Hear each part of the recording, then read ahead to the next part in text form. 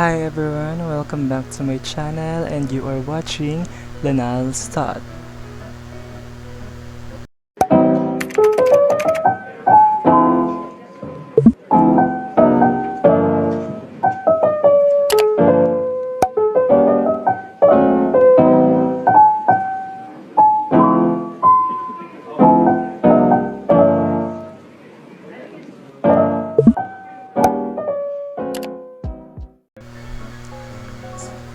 Again, welcome back to my channel. This is the episode 3 of Lenal'S. We're talking about the data formats. So, next is, what type of data are we talking about nga ba? So, data can mean many different things and there are many ways to classify it.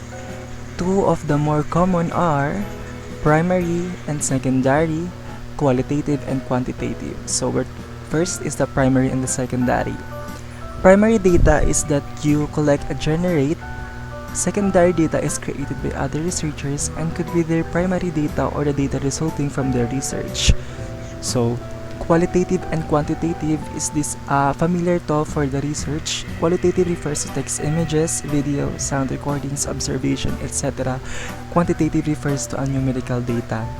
So, ang primary and secondary data, ito yung mga sinasabi na, like kunwari sa newspaper, primary data is if ikaw yung mismo nakasaksi sa pangyayari, that's primary. Primary yon, primary data. Pag secondary data naman is if that person, as kwento niya sa'yo, tapos kwento mo sa iba, that's a secondary data. So, yun yung secondary data. Ang qualitative and quantitative naman, ang sinasabi dito, ang qualitative refers to text, images, video, sound, recordings, or observations about dun sa research nyo. And quantitative refers to numerical data. Ito yung from the word itself is quantitative, quanti, so it means numbers. So, numerical data, sabi dito. Next is, so, there are typically 5 main categories that it can be sorted into for data management purposes. The category that you choose will then have an effect upon the choices that you make throughout the rest of your data management plan. First is the observational. Captured in situ or real time, cannot be recaptured, recreated, or replaced. Unique data, sabi. Examples include sensor readings, telemetry, survey results, images, and human observations. Next is the experimental. Data from lab equipment and under controlled conditions, often reproducible, but can be expensive to do so. Examples include gene sequences, chromatograms, magnetic field readings, and spectroscopy. So, ito yung experimental like katulad sa mga booster or vaccine today, ganon. Simultation, syempre yung booster, before that, syempre yung booster or vaccine, maraming process yan, maraming naging experiment before maging successful and bago ma-deploy sa atin. Next is the simultation. Data generated from test models studying actual or theoretical systems. Models and metadata were the input more important than the output data. Examples include climate models, economic models, and system engineering. Next is derived or compiled. The results of data analysis are aggregated from multiple sources, reproducible but very expensive. Examples include text and data mining, compiled database, system engineering, and 3D models. Next is reference or canonical.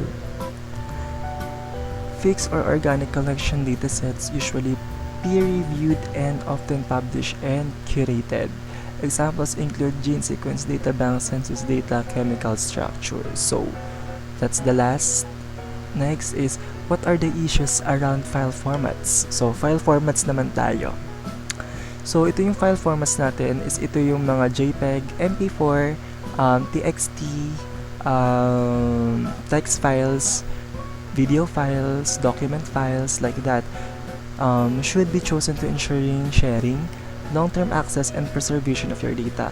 Choose open standards and formats that are easy to reuse. If you're using a different format during the collection and analysis phases of your research, be sure to include information in your documentation about features that may be lost when the files are migrated to their sharing and preservation format, as well as any specific software that will be necessary to view or work with the data.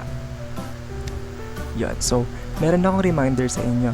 Reminder that to retain your original unedited raw data in its native formats as your source data, do not alter or edit it. Document the tools, instruments, or software used in its creation. Make a copy of it prior to any analysis or data manipulation. So, yan. That's the reminder. So, ito yung example ng ating mga text, ating mga file formats like this. Text document like HTML, XML, PDF, plain text like this. Sa image naman, ito yung TIFF, JPEG 2000, PNG, JPEG, GFIF, PNG, BMP, or GIF. Ayan. Next, the audio is for WAV, IAFF, MP3, MXF, FLAC. Ayan. So, yung nakalagay pala dito is MP4. Mali ako. Next, ito yung video. Ayan. MOV, MPEG-4, AVI, MXF. Sa database naman, merong XML, CSV, tas tab. Ayan. So, that's for the lessons for today. Thank you for listening. And if you have any questions for me, just comment down below or ask to me directly. And that's it. This is the Lenal'S Talk for episode 3. Thank you for listening.